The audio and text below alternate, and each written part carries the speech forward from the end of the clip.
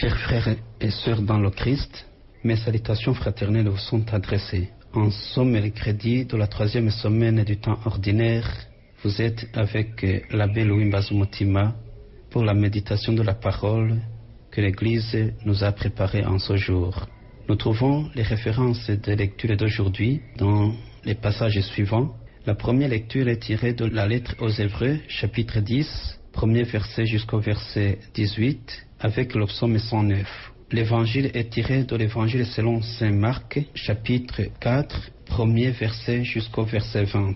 Et tout de suite, la première lecture. Lecture de la lettre aux Hébreux. Dans l'ancienne alliance, les prêtres étaient debout dans le temple pour célébrer une liturgie quotidienne et pour offrir à plusieurs reprises les mêmes sacrifices qui n'ont jamais pu enlever les péchés. Jésus-Christ, au contraire, après avoir offert pour les péchés un unique sacrifice, s'est assis pour toujours à la droite de Dieu. Il attend désormais que ses ennemis soient mis sous ses pieds. Par son sacrifice unique, il a mené pour toujours à leur perfection ceux qui reçoivent de lui la sainteté. C'est bien le témoignage que rend l'Esprit Saint dans l'Écriture. Car après avoir dit « Voici quelle sera l'alliance que je conclurai avec eux quand ces jours-là seront passés. » Le Seigneur déclare « Je mettrai mes lois dans leur cœur, je les inscrirai dans leurs pensées, je ne me rappellerai plus leurs péchés ni leurs fautes. » Or, quand le pardon est accordé, on n'offre plus le sacrifice pour les péchés. Telle est la parole du Seigneur.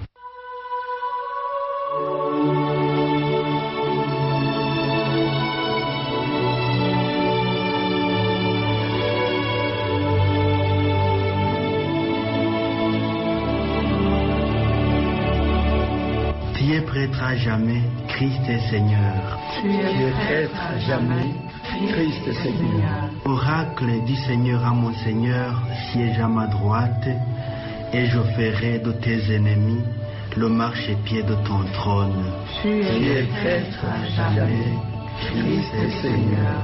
De Sion, le Seigneur te présente le sceptre de ta force, domine jusqu'au cœur de l'ennemi. Tu es prêtre à jamais, Christ est Seigneur. Le jour où paraît ta puissance, tu es prince éblouissant de sainteté, comme la rosée qui naît de l'aurore jetée engendrée.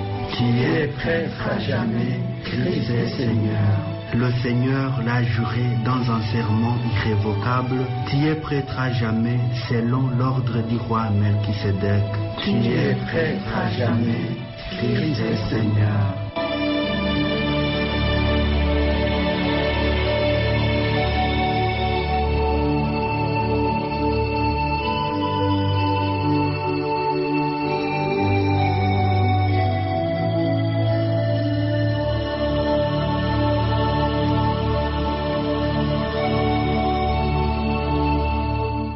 Évangile de Jésus-Christ selon saint Marc. En ce temps-là, Jésus se mit de nouveau à enseigner au bord de la mer de Galilée. Une foule très nombreuse se rassembla auprès de lui, si bien qu'il monta dans une barque où il s'assit. Il était sur la mer, et toute la foule était près de la mer sur le rivage. Il leur enseignait beaucoup de choses en paraboles, et dans son enseignement il leur disait « Écoutez, voici que le sommeur sortit pour sommer.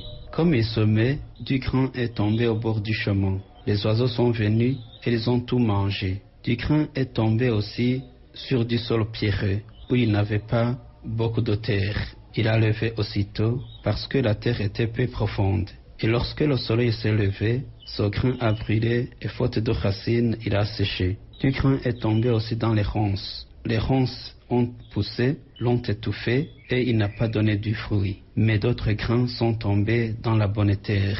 Ils ont donné du fruit en poussant et en se développant, et ils ont produit 30, 60, 100 pour un. Et Jésus disait, celui qui a des oreilles pour entendre, qu'il entende. Quand il resta seul, ceux qui étaient autour de lui avec les 12 l'interrogeaient sur les paraboles. Il leur disait, c'est à vous qu'est donné le mystère du royaume de Dieu. Mais à ceux qui sont dehors, tout se présente sous forme de paraboles. Et ainsi, Comme dit le prophète, ils auront beau regarder de tous leurs yeux et ils ne verront pas, ils auront beau écouter de toutes leurs oreilles et ils ne comprendront pas. Sinon ils se convertiraient et recevraient le pardon. Il leur dit encore, vous ne saisissez pas cette parabole. Alors comment comprendrez-vous toutes les paraboles? Le sommaire sème la parole. Il y a ceux qui sont au bord du chemin où la parole est semée. Quand ils l'entendent, Satan vient aussitôt et enlève la parole et semée en eux. Et de même, il y a ceux qui ont reçu la semence dans les endroits pierreux. Ceux-là, quand ils entendent la parole, ils la reçoivent aussitôt avec joie, mais ils n'ont pas de racine en eux. Ce sont les gens d'un moment. Que vienne la détresse ou la persécution à cause de la parole, ils y trébuchent aussitôt. Et il y en a d'autres qui ont reçu la semence dans les ronces. Ceux-ci entendent la parole, mais les soucis du monde, la séduction de la richesse et toutes les autres convoitises les envahissent et étouffent la parole qui ne donne pas de fruits. Il y a ceux qui ont reçu la semence dans la bonne terre. Ceux-là entendent la parole, ils l'accueillent et ils portent du fruit, 30, 60, 100 pour un. Acclamons la parole de Dieu. Chers frères et sœurs, auditeurs et auditrices de la Radio Maria Burundi, au début de la méditation de cette parole, je vous invite à contempler avec joie et admiration, comme moi, ce Dieu qui se révèle à nous aujourd'hui comme Sommeur. C'est lui, en effet, qui en son Fils Jésus est sorti pour semer la parole. Et si Jésus se présente comme Sommeur, ce n'est pas sans raison. De fait, il y a deux qualités de tout Sommeur que nous trouvons aussi en Jésus. La première qualité est la patience et même la persévérance. Le Sommeur sait d'avance qu'en jetant la semence, il y aura des grains qui tomberont au bord du chemin ou dans la partie pierreuse du champ s'il y en a, ou même dans un petit buisson au bord inférieur ou supérieur du champ. Mais tout cela ne l'empêche pas de jeter la semence. C'est peut-être pourquoi le psalmiste disait qu'on sème dans les larmes, mais qu'on moissonne dans la joie. On jette la semence en pleurant, mais c'est avec joie qu'on rapporte les gerbes. Même s'il jette la semence en pleurant, parce qu'il y a du grain qui va se perdre en dehors de la bonne terre, le Sommeur ne se laisse pas décourager. Il fait preuve de la persévérance et reprend la sommaison ou le semage, même quand la récolte de l'année précédente n'a pas été satisfaisante. La deuxième qualité du Sommeur, qui motive d'ailleurs sa persévérance et sa patience, c'est la confiance. Il espère que l'année suivante, il aura une bonne récolte. Et nous trouvons ces deux qualités en Jésus. Comme il vient de le dire ouvertement à la foule, il sait que parmi eux, il y en a qui sont au bord du chemin, d'autres dans les endroits pierreux et d'autres encore dans les ronces. Mais il sème tout de même la parole. L'endurcissement du cœur de son auditoire n'entrave en rien sa persévérance et sa patience. Au contraire, il les ravive. Dans l'Ancien Testament, Dieu manifestait cette persévérance et cette patience en envoyant inlassablement ses serviteurs, les prophètes, vers son peuple. Chez le prophète Jérémie, il semble même décourager le prophète, curieusement, parce qu'il lui dit « Tu auras beau leur répéter toutes ces paroles, ils ne t'écouteront pas. Tu auras beau les appeler, ils ne répondront pas davantage. » Voilà ces paroles qui sortent de la bouche de Dieu et que Dieu adresse à son prophète et qu'il envoie quand même. Donc, malgré tout cela, Dieu envoie le prophète vers son peuple. Et Jésus fait de même. Il sème inlassablement la parole, même si ceux qui l'accueillent dans la bonne terre ne sont pas très nombreux. Et cette persévérance est motivée par la confiance qu'il a en l'homme. Il y croit et espère que l'homme est capable de se convertir. Que de l'état du bord du chemin où il peut passer à l'état de la bonne terre qui donne à la semence de porter du fruit. Et il est beau, mes chers frères et sœurs, de voir que Jésus fixe sur chacun de nous ce regard positif, ce regard de confiance. Parce que nous entretenons le plus souvent un regard négatif sur notre vie, un regard de pessimisme. Aussi sommes-nous invités à ne pas nous désespérer, à ne pas désespérer dans le combat que nous menons de transformer notre vie en une bonne terre où le Verbe pourra s'incarner et se faire chair.